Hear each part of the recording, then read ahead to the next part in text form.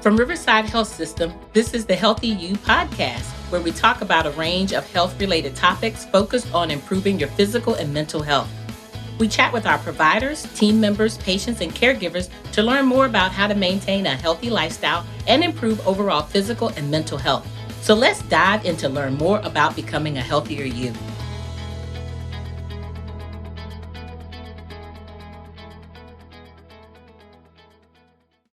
All right. Well, welcome to the Healthy You podcast. I'm really excited today to have with me in the studio our guest, Lindsay Hefner. Lindsay is a nurse practitioner with Riverside Partners in Women's Health. And the title of this episode is Pregnancy, What to Expect During that Fourth Trimester. So welcome, Lindsay. Glad to have you. Thank you for having me. All righty. We are continuing this series on pregnancy, and I'm really excited to hear about this fourth trimester. So Lindsay, tell me a little bit about how you ended up in this line of work and nurse practitioner specifically. So I started out in labor and delivery as a labor and delivery nurse. Okay. And stayed in that area for about 3 years, but I loved working with the women and actually had thought about going into midwifery at one point. Okay. But love working with babies, helping moms, getting that one-on-one interaction too, and the support that's involved in that area. Right. And shortly into doing my RN, I wanted to work my way up to be a nurse practitioner. And decided to stay with women's health just because of how much I loved that area. So I have gotten into women's health, and now I get to do more than just pregnancy, which is great. Dealing with pregnant moms is definitely, and postpartum is still definitely my sweet spot, but Yes. That's kind of my journey so far. So I've been doing this now as a nurse practitioner for about 8 years. Well, thank you for all the work that you do in that space. I have 2 children myself, and I know I would not have made it without the labor and delivery staff and team. I knew very early on after starting clinicals in nursing school that I couldn't do labor and delivery. It was going to be challenging enough just for me to have my own. So great work, great work. Thank you. All right. Let's talk a little bit about the fourth trimester. Sure. What is fourth trimester? What does that mean? So the fourth trimester is pretty much after delivery up until about the first 3 months postpartum. Okay. And really that postpartum period can go on even beyond that to an extent, but we're mostly looking at the fourth trimester in those first 3 months. Okay. I know for me, and then just some of my peers, colleagues, friends, that's such a pivotal time.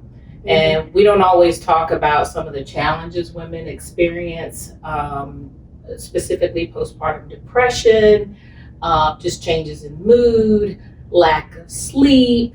Talk about a little bit of those things that we know that women experience during that time. Sure, yes, definitely those first couple weeks are really tough. I am actually a mom of 3 myself, so Okay.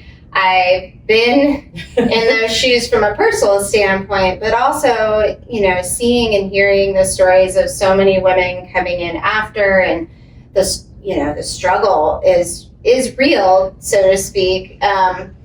Babies and moms are making huge adjustments. Yes, absolutely. Their hormone levels are all over the place as the body's, coming down from pregnancy, and the mood definitely can get all out of whack. There are kind of normal changes that happen initially as those hormones shift, and we kind of see that in the first couple weeks where moms can be a little more weepy than normal. Right. They may sleep a lot. They may kind of have that roller coaster of emotions, and that can be okay for a period of time. What we warn moms about is if those symptoms continue, and if they get to where they just can't do their normal day-to-day thing, they can't sleep because they're so anxious. They can't get up out of the bed because they feel down. And that's when we really want moms to be seen in the office so that we can help them, with those changes. I'm glad that we're starting to talk about those things. I know as a mom myself, and maybe you can relate, you just think that this is normal. You feel like, I should be really celebrating right now, which you are. You have that great bundle of joy, but I'm glad that there's more conversation and women are talking about that more. And I hope that helps other moms when they're experiencing those things to reach out for help and know that it's okay. Right. Yes. That's the biggest thing is we want women to know that we are here to help them. Yes. I tell my patients, please never feel shame about your emotions. Right. We get it. I've been there personally myself. And I tell people that because I want them to know they're not alone. I think the babies are so catered to those first couple weeks that sometimes the moms feel left out and forgotten. And, as a practitioner, I want women to know that they're loved and accepted and should never feel shamed about getting through this tough season. It is a roller coaster. Right. And there's wonderful resources in the community. It's just a matter of sharing that information and letting women feel that they're heard and that they are, that they have that support. Postpartum Support Virginia is a wonderful organization in our area that they have free website information. We work closely with them as a system. And there's also wonderful counselors in the community and through Riverside that can help women. So. And I'm glad to see the evolution of, fathers being allowed that dedicated time off, which was something that was not talked about when I was having children. Right. It was mostly the mom's maternity leave, but I'm really glad that it's evolved and that fathers are partnering with moms for support during that time, and it's not looked at as a negative, right? It's a positive. I don't know if you... Yeah, definitely that support is huge. And, if we have a lot of military families in the area, right? So sometimes dads aren't always around or family is not always around, and we hear that quite often. So there definitely is a need for support from the spouses for sure. But some women don't have that. And so I encourage women to get, involved with some of these groups that are in the community. So whether that's through, stroller strides or MOPS or those types of community organizations that you build your tribe, build your team with other moms going through the exact same thing that you are. And that really can bring that peace of mind to so many women that they're not alone. Right. I have a new grandbaby. She's a year old now. And I talked to my daughter. She talked about how being older having children, that it's very different. And so she didn't put a whole lot of structure in place. And so I think that is important so that you have balance. I don't know if you want to talk a little bit about that, them having a sleeping schedule and a routine and all of those things where you can create some balance and downtime for yourself as well. So the first 3 months, I think it's important for the moms to focus on just a couple things. That's getting plenty of rest. Especially with breastfeeding, they're going to be breastfeeding sometimes every 2 to 3 hours during the day, which is about 8 to 10 times during the day, and then at least once at night. So that can be exhausting in and of itself. And so we really encourage moms, if they can get 4 hours of sleep at night, that makes a huge difference. If you get even just that stretch once a day, and kind of sleep when the baby sleeps. Babies are still adjusting to being outside too. So their sleep schedule is a little bit off from ours, and they can't really get in a real routine till about that 3 month mark. So Some cues that moms can look for would be if babies rub in their eyes, if they're really fussy, if they're kind of scrunching up and irritated, and they can kind of cue into those cues to then create that safe space for baby to fall asleep. During the day, that may be on mom's chest, and that can be just snuggled up because that's what they're used to in the womb. Yes, it's called tummy time. Right, it is. My daughter. My daughter did mention tummy time. Yes. Double the benefit, for sure. Okay. They can hear mom's heartbeat like they did in the womb. And then at night, creating that dark space that they're used to kind of clue them into, okay, now it's time to go to sleep for a longer stretch, and swaddling them and doing those types of routines. Other things that moms are adjusting to is obviously breastfeeding, and or bottle feeding. So that can be a task in and of itself, and cluing into those cues for the baby.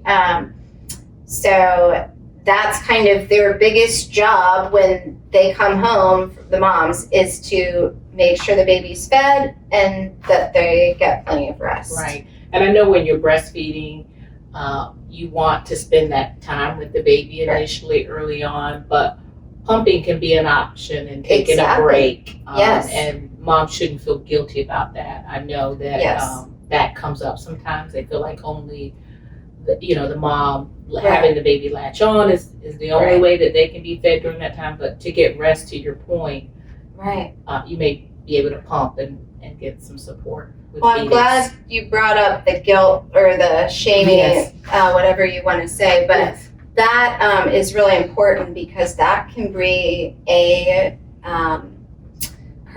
precursor to some of the postpartum depression and anxiety that women get, because there is a lot of pressure around breastfeeding. And again, there's no shame which way that women want to go. I think the biggest thing that women need to hear is that feed your baby. And love on your baby. So, That's great advice. Now, we talked a little bit already about some of the signs. Are there other things that women should be aware of that, hey, maybe I need some support, or I'm really suffering with depression here and it's outside of, what's normal just in that fourth trimester? Sure. So again, if the depression, anxiety symptoms become to where they can't kind of function, meaning they don't want to get up out of the bed, they find themselves not wanting to leave the baby because they're anxious about something happening, they can't sleep. Those are big, clues that something maybe needs to be talked about further with a provider. Okay. And typically women have trouble with, they just can't stop crying. They're crying about nothing for hours.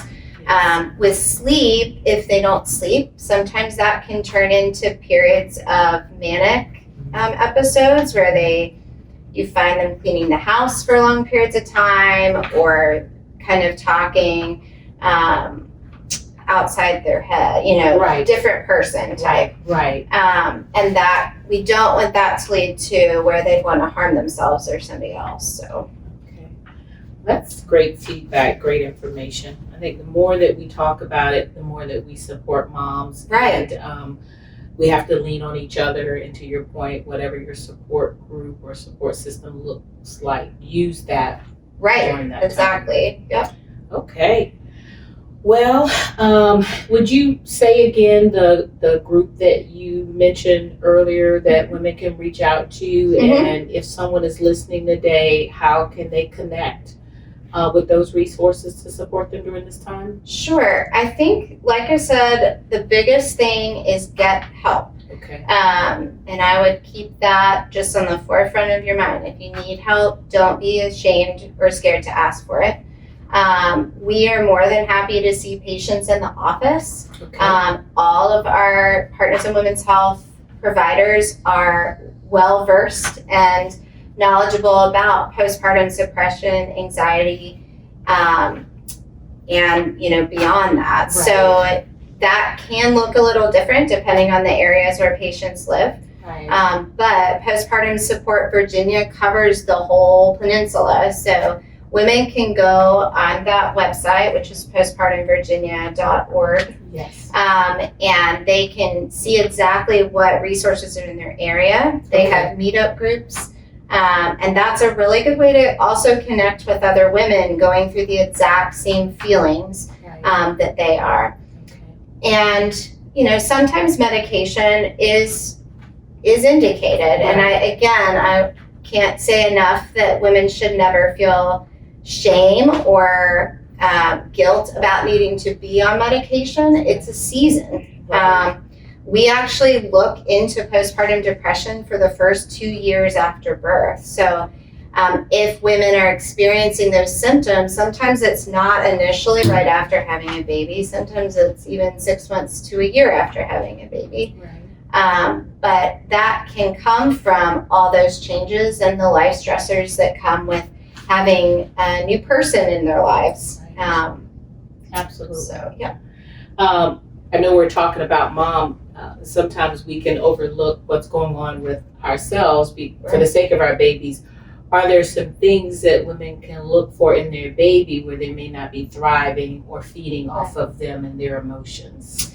So sometimes moms can get more disinterested in the baby. They don't want to hold the baby. They don't want to feed the baby. They're kind of leaving them alone, or they want to just hand them off to somebody else constantly. Right. And while some of those things can be completely normal, if there is that increased disinterest in the baby, which can sometimes be noted as soon as when, that first day out of the womb, Right. that is something to pay attention to. Okay. We do watch babies' weight very closely in the postpartum period. So they're going to be going into the pediatrician's office and getting weight checks and That's good. those types of screenings. But that is another thing that with the breastfeeding or bottle feeding that we pay attention to, because we see it more with breastfeeding where women are so caught up in wanting to breastfeed and they end up not having enough of a supply and they don't get the help that they need to help with that. Okay. And then baby's weight drops. So That's good information. yeah. Okay. Well, it's been a pleasure having you in the studio. Yeah. If our viewers want to reach out to you specifically, how can they contact you? So I am part of Partners in Women's Health up in Williamsburg. We are currently at the Kingsway location, but we will be moving to Doctor's Hospital in the spring, which we're super excited about. And we have a wonderful team up there.